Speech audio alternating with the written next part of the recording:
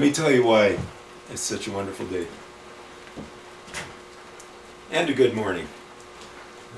It's raining. It's not acid. The trees are green. I'm sure the sky is blue above them clouds. And the water is clean. Do you think anybody can put pressure on about getting our native cousins clean water on these reserves, on these prisoner work camps? Is there going to be any one of these wannabe rulers, UN sellout rulers that are running for leadership of a political party, or any of these guys going to bring this up? You know, man, I've seen so many things. You know, our nation is in disarray because we've allowed it.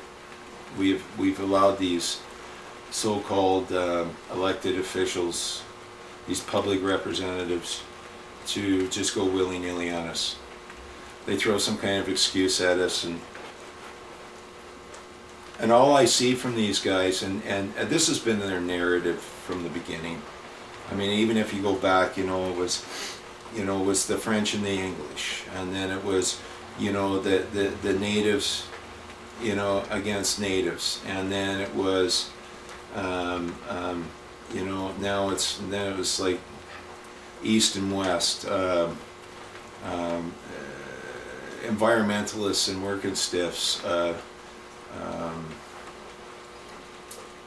All I see in the history of these de facto governments that have been running as supposedly public servants is a division. All I see are special interest groups that are being financed from world dominant psychopaths, financing the special interest groups and getting you to hate me and me to hate you. And their common line now is, well, you're obviously a white national Nazi supremacist fascist. Just immediately. And I've noticed this is spread around the free world within all the common law countries that I've seen.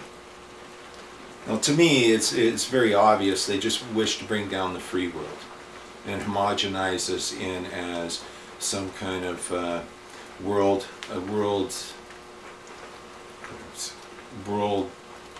post-state world state, where no one has a right, no one has sovereignty, and it'll all be afforded you by your elite leaders, your classes of person that rule over you, kind of like the feudal system.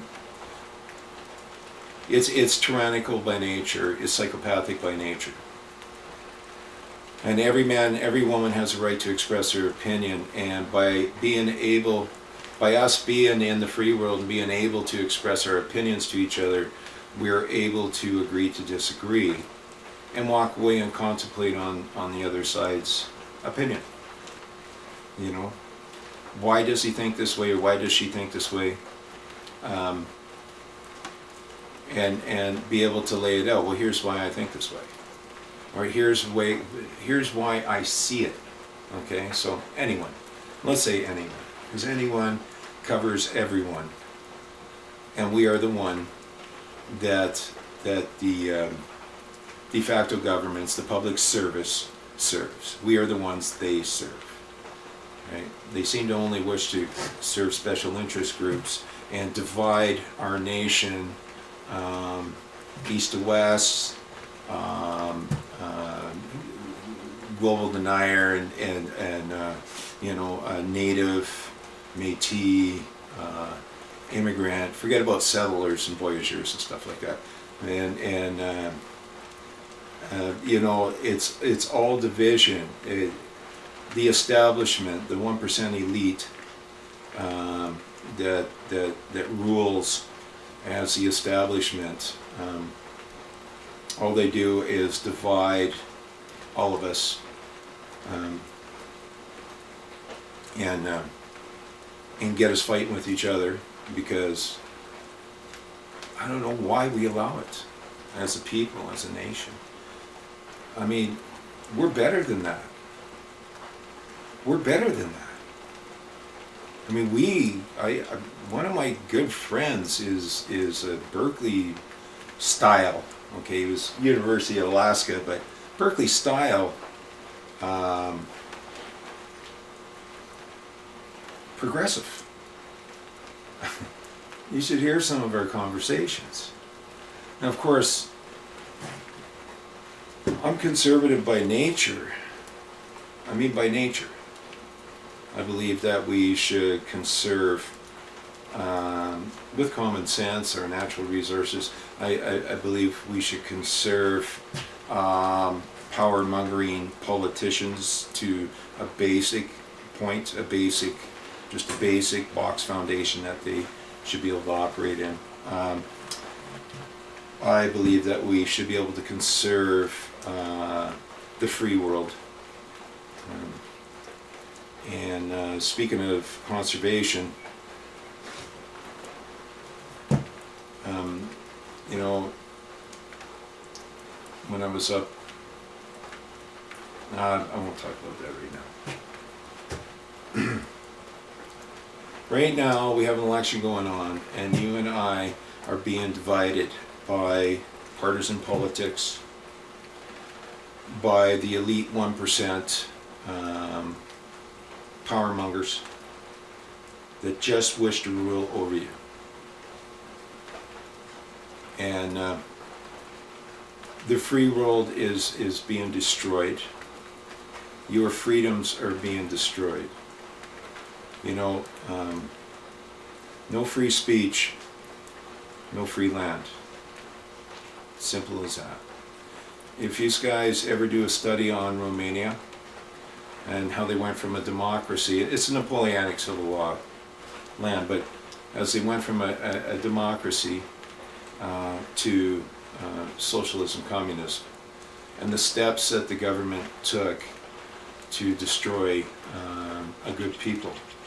You know, and Romanians were kind of like us, like they live and let live, you know, trusted in the establishment, and then woke up one morning and free speech was gone, the family farms were gone, the guns were gone, and they were living in concrete condos in these cities with no way to forage, to eat, to be self-reliant.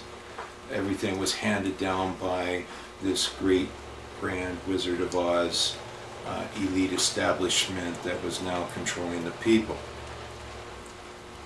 And what these guys do is they just get people to divide, you know, instead of coming together to argue, each to argue our opinion and our thoughts, and to be able to get out our thoughts to one another in a civil manner, so that we can reason together, or agree to disagree at the end of the day. And that was one thing about our nation that is part of our culture that I noticed about us, is that we always had this kind of natural state of the people of this land to be able to argue up a point. So argue, bring to light, not argument to bring a conversation down, but argue to bring things to light, and still walk away without killing each other, hating each other, or besmirching each other's good name, or lambasting each other in public. And in that fashion, as a nation of people, we always been able to walk away and either not see our fellow man's point, or chew on what we can see that they say, so we can take a look at maybe there is something to their story.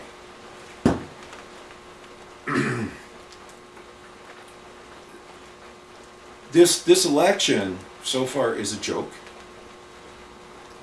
I see no representation of the people here. All I see is some kind of political partisanship from one to the other. The government has no money, okay? Only the people have money. The government has no natural resource revenue.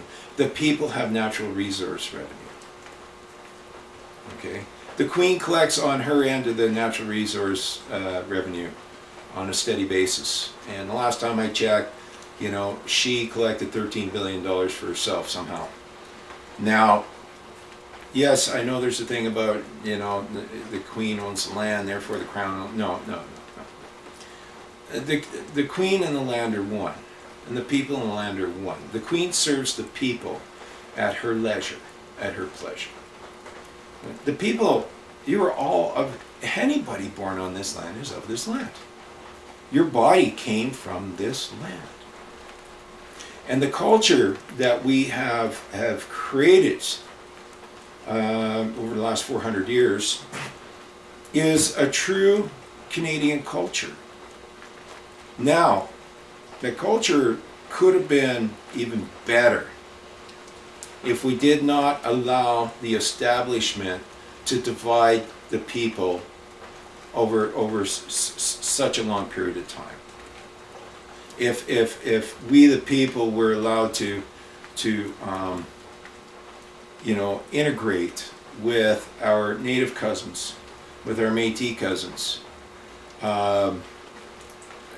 with our French cousins and English cousins, English speaking cousins.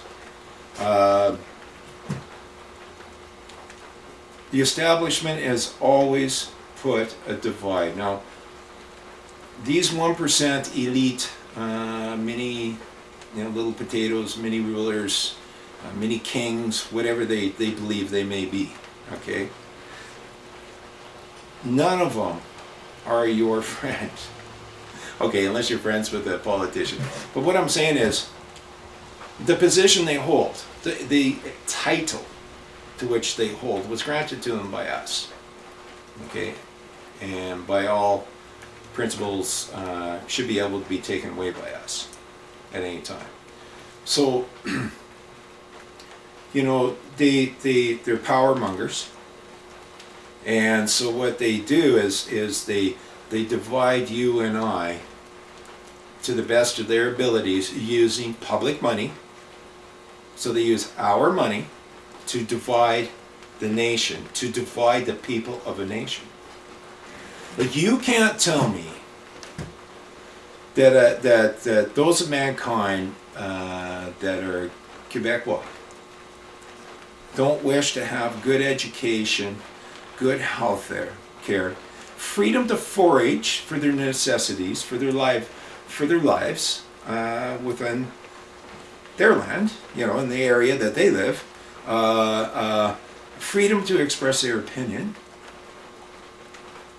You can't tell me that is any different from a man or a woman, or those of mankind, within the jurisdiction of Alberta. We have to come together with our commonalities, because the establishment that leeches off of our public funds, okay, off our hard labor and off our natural resources, they're just doing the same thing that Hitler did. They're just doing the same thing that any socialist takeover of a democracy has done in the past. There again, study what happened in Romania. And Romania is a really good example of what happens to people when the establishment takes over and homogenizes you and doesn't see everybody is the same. Oh, am I doing this? Oh, I'm sorry. Better find a safe space, pal. Anyways. And I don't really mean that, that was maybe a bad joke, but it was a joke because, how did that ever become, how did okay ever become? Do you think there was our soldiers, our forefathers, okay? Your grandpa and your great grandpa in the trenches, thousands of miles away from this land, fighting fascists and Nazis that were hand signaling each other, right? They're going to sneak up on a Nazi bunker. And they're looking around, they're making sure the coast is clear, and one of our forefathers goes, okay, now how could that be fascist? Okay, let's move in, let's go get these guys. I notice that these special interest groups are being used as brown shirts. Study brown shirts of Germany. Hitler's first totalitarian force that would beat the public into submission and put the public in fear. In fact, they got quite powerful that Hitler got scared of him. And so he came out with the SS. Oh, jeez. Power mongers. So anyways, listen. Coast to coast to coast, every one of us, whether they're native, whether they're maritimer, whether they're Quebecois, whether they are Polish immigrant, whether they are English, traditional settler family, pioneer family, Scottish, it doesn't matter. German, Japanese, it doesn't matter. We are all of this land and we all hope for the same thing. We are here on this land for the same cause. We do have unity as a people. Stop allowing the elite 1% wannabe dictators and rulers that wish to sell us out and homogenize us as a UN post-state for the UN. Stop allowing it. We have to stop it before we can't stop it. Now ask anybody that's come here from a communist land, a communist country. Ask anybody. If you have a neighbor, a friend, a workmate, if you know any person, right, that came from a communist dictatorship, ask them about it. It is not a pretty sight. It is not good. There's no reason for us to riot in the streets. There's no reason for us to act up and and cause destruction and injury to our neighbors' small shops by rioting in the street. There's really no reason for it. We actually don't have to go there. But what we can come together as a nation, and we can go sit down and have a beer or a coffee together and sit there and discuss, and then discuss our point of views. I don't know why we don't hold, like, I'm just coming up with these things now because we're as a nation, we're at a tipping point where the establishment is the international community is about to rip our nation out from under our feet and about to just annihilate all our endowed rights, our fundamental and intrinsic and our heritage. The only bad thing about our heritage is we allowed this elitist corporate body politic to interfere in our lives as a people, to separate us from each other, to promote our indifferences rather than to promote our what's the word I'm looking for? To promote these things that bring us together. You can't tell me that an Albertan family that wishes to have, that loves hockey, is any different than a Quebec family that loves hockey. Now they may vote for different teams. Actually, they may vote for each other's, provincial teams. Who knows? But you can't tell me that people in British Columbia do not wish to have the best for their descendants. You can't tell me that like the establishment, like people in the Maritimes, like, do you realize that the establishment screwed up fishing so bad, and it's not the people. I'm talking about these international corporations that paid off our government to allow bad DFO laws for bottom dragging and so on and so forth, they've screwed up our fishing so bad that this elitist government came out and said, no, you mom and pop, for the first time ever, you cannot go out in your dory and jig for some cod or jig for some fish to fill your freezer. Well, wait a second here. If the corporate body politic allowed international corporation, or through bad policies, no matter what political stripe you have, and people cannot go out, that usually go out to fill their freezer so they may eat for the season, for a long winter season, then you guys are liable to make sure their freezers are filled with fish. That's the way I look at it.